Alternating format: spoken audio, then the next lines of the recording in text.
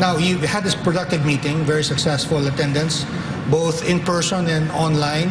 So what are you hoping to happen next? What are some of the changes that you'd like to see that will not only help water.org, but really help, the vast number of Filipinos who don't have access to water? Yes. So, Klink, as you know, I've organized a lot of APEC events, forums in the past. For the World Bank. Not to say that it's not important. It is important to bring people together. But one thing, I've also attended several forums, but one thing I hope is that this will not be just any other forum.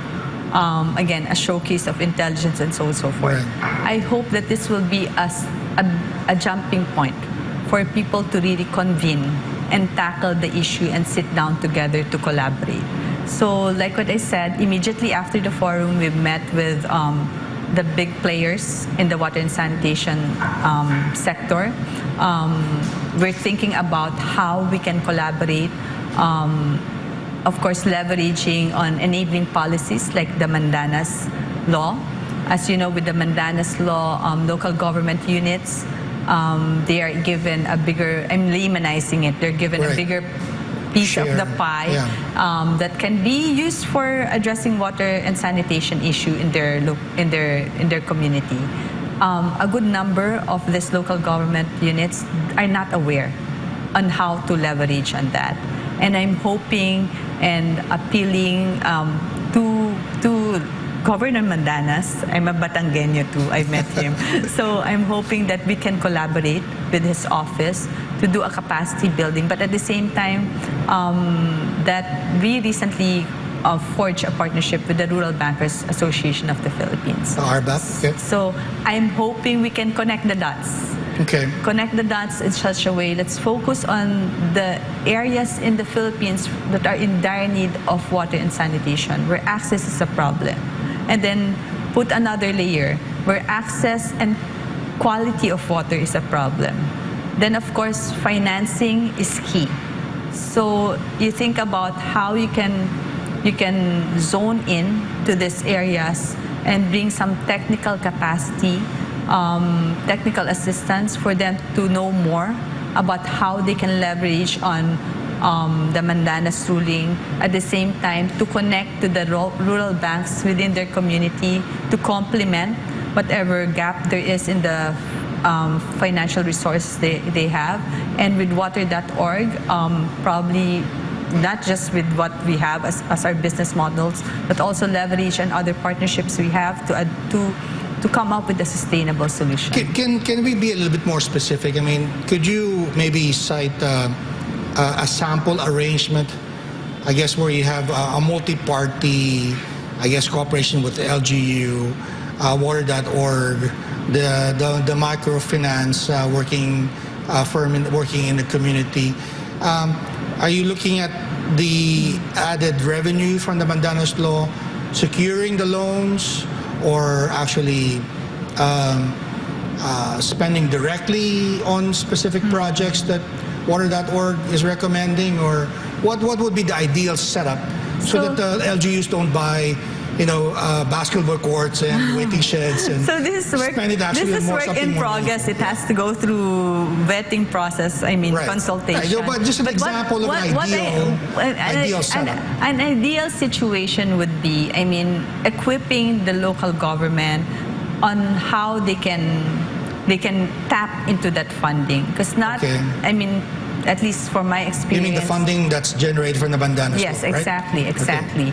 And then, of course, in also connecting them to the rural bankers within their community. Okay. So that they have that, like what I said, probably the local government funding can fund the pipes around the shared roads, but so then there's the access to the household level. Right. That's where the possibly the rural bankers can come in to fund the household level, connecting the pipes to the household level. So by really convening them, I think that can really make a real difference in solving the problem one step at a time, right? Right. I've asked this from other guests, and maybe because of your World Bank background, maybe you can help me resolve this. I've always wondered why local governments here can't go to, say, bond markets like they do in the U.S., right? So maybe to bond markets, right? I mean, I heard, for example, some people say that there's a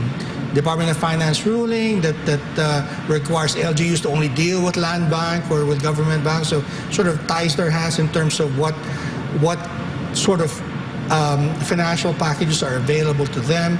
But in the States, local governments can go to the bond market if they have a big project, let's say water infrastructure network for the city, which is not a small package, right? I mean, and then maybe get the financing through there rather than waiting on the national government to say, here's your piece of the pie, go ahead and build, which is never going to happen.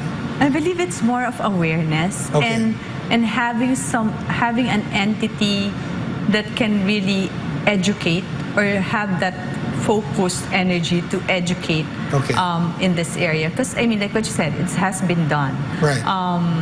And definitely I can say majority, a good number at the local government unit just don't know, have the passion to help the community, but don't know where to start and how to do it.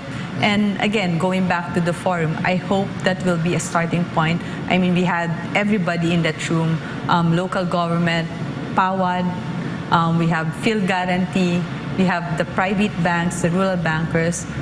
It's a matter of bringing people together and sit down and again, the immediate action we want to take out of this forum is really to have that deep dive on how we can design this collaboration together. Because, I mean, not one entity or person can do it alone. Right. Everybody has a role in it. So is it correct to say that this has not happened yet in any city or LGU in the Philippines, this setup that we're talking about? Not yet. Not yet in a big comprehensive and way. that's why you're reaching out to Governor Mandanas to see maybe that can be a pilot? Yes, that would be good. That would be good. Yes. Okay. What about the national level? I mean, Senator Amy Marcos was also at your conference. Is there anything there that, Congress can do? Is there any intervention coming from the national government that can maybe help? Besides, of course, implementing the Mandanas ruling, which Governor Mandanas is quite still trying to make the national government do it. So yes. I believe it's happening as we speak. Okay. There's already a bill in Congress on the water authority. I'll reference on there's a water and sanitation roadmap that the Philippines launched late last year. And this is what Secretary Jokno was talking about, right? Yes. And this was, of course, spearheaded by NEDA. Okay. This roadmap identifies around, I think, 8 key reform areas that needs to be looked into to be able to address the water and sanitation issue comprehensively. It includes, among others, the enabling policies, the access to finance. It even has data research, all the whole 9 yards of comprehensively addressing the issue. Policies are good. The challenge is how to operationalize it. Right. And not one entity can do it. Right. And you said earlier, President Marcos has sort of hinted his interest in climate change. Yes. And related issues. Is there something that can be done from the executive branch? You said things are already happening on the legislative front, right? What can, the interest is certainly there, as you said. But what specific programs or actions can be done to address this? So what can be done is it's still a journey. Okay. So that being said, there's a pending bill in Congress on water authority. One of the biggest issue in the water and sanitation ecosystem is there's so many overseeing entities. There's so it's overregulated or? Overregulated, so many touch points. It's the governance structure. Okay. So, and to the point that what I heard from the forum is the players don't know where to go because there are too many. Just confusion. There's confusion. Yeah. So if there's too many, then who has the accountability to solve for the issue, right? So it's already happening as we speak. In one forum that I attended where Secretary Balisacan was, he laid down the legislative agenda priorities. And this bill on the water authority is among them. So I think that's the enabling policy side. And of course, on the government side, again, I hope there will be more. I mean, Land Bank was there, Development Bank of the Philippines was there during the forum, Field Guarantee. It can help. It can help if they really open their doors, and they are, for this kind of lending. Right. So, even the National Security Council is saying that, climate change, which is related to what we're talking about, is an issue they're looking at. So there's a security dimension there as well. That's quite interesting. But beyond, I guess, what we'll be talking about tonight. But thank you very much for your time, Gay. Thank you, Klink. But before we go, maybe there's something you'd like to tell our audience before we wrap up? So I hope this is the opportunity where we're able to reach out to those influencers and the big players on the water and sanitation ecosystem. One person and one entity cannot do it alone. Water seems so basic, but it's not just a brewing issue. It's already a crisis in the Philippines. I hope there's a bayanihan effort towards that and a full appreciation that we have to have that sense of urgency to address the issue. And I'm confident, in all the reforms I've worked with in the World Bank IFC, if there's really the collaboration, the true collaboration between public and private sector, we can find that sustainable path to address the water and sanitation issue for the country. Thank you. We never got around to asking you more about Matt Damon, but the next time he's in Manila, I hope. He's been here before for this project. Maybe you can help us get an interview the next time he's in town. So thank you very much.